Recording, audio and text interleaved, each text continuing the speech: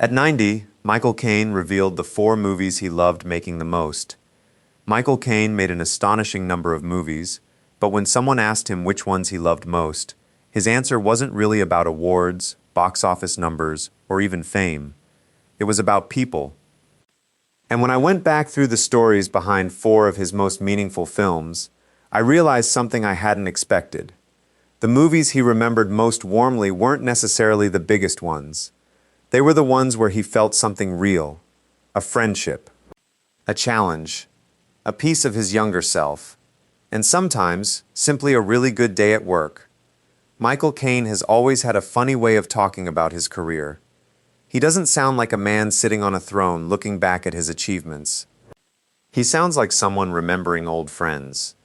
He once joked that if you asked him which movie he liked best, the first question would be, "How long have you got?" That's understandable. His career stretched across generations. He made so many films that he could occasionally hear a title and genuinely wonder whether he'd been in it. I actually love that, because actors often talk about their careers as though every movie was some carefully planned masterpiece. Caine never seemed interested in pretending. Some films were brilliant, some weren't, some paid the bills, and then there were the special ones. The ones that stayed with him. Number 1, Alfie. If you want to understand Michael Caine, start with Alfie. Not because it was the most technically impressive movie he ever made. Because it was personal. Caine was still young when he played Alfie. And Alfie was a character he understood almost instinctively. A charming London man, confident, funny, a ladies' man, always convinced there would be another night, another woman, another opportunity. Caine had grown up around men like him. He knew the voice. He knew the attitude. He knew the streets. And that made the performance feel strangely natural. But there was something underneath Alfie's confidence. Loneliness. Regret. A man who kept running from consequences because stopping meant looking at himself.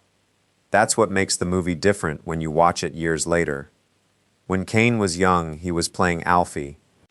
When he was older, he could look back and recognize the sadness underneath the character. And there was another unusual part of the role. Alfie talked directly to the audience. He would turn toward the camera as though you were sitting beside him. Caine loved that. It gave the character this mischievous quality, almost like he was letting you in on the joke. But eventually, the audience realizes the joke isn't as funny as Alfie thinks it is.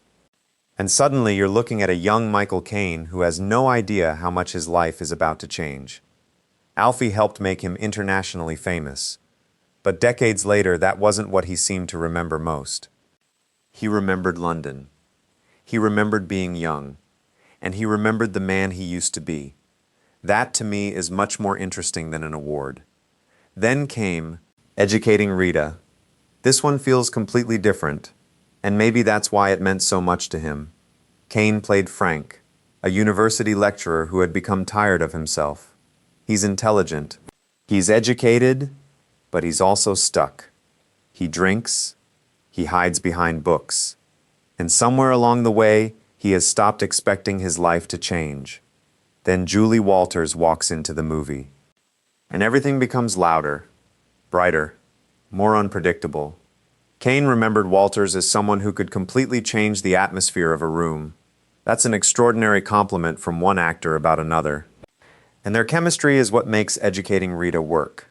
There aren't explosions. There aren't car chases. There aren't expensive action sequences. For much of the movie, it's just two people talking. That's harder than it sounds. If two actors can't listen to each other, a scene like that dies immediately. But Caine and Walters listened. They challenged each other. They laughed. And then, when the camera rolled, they could suddenly become completely serious.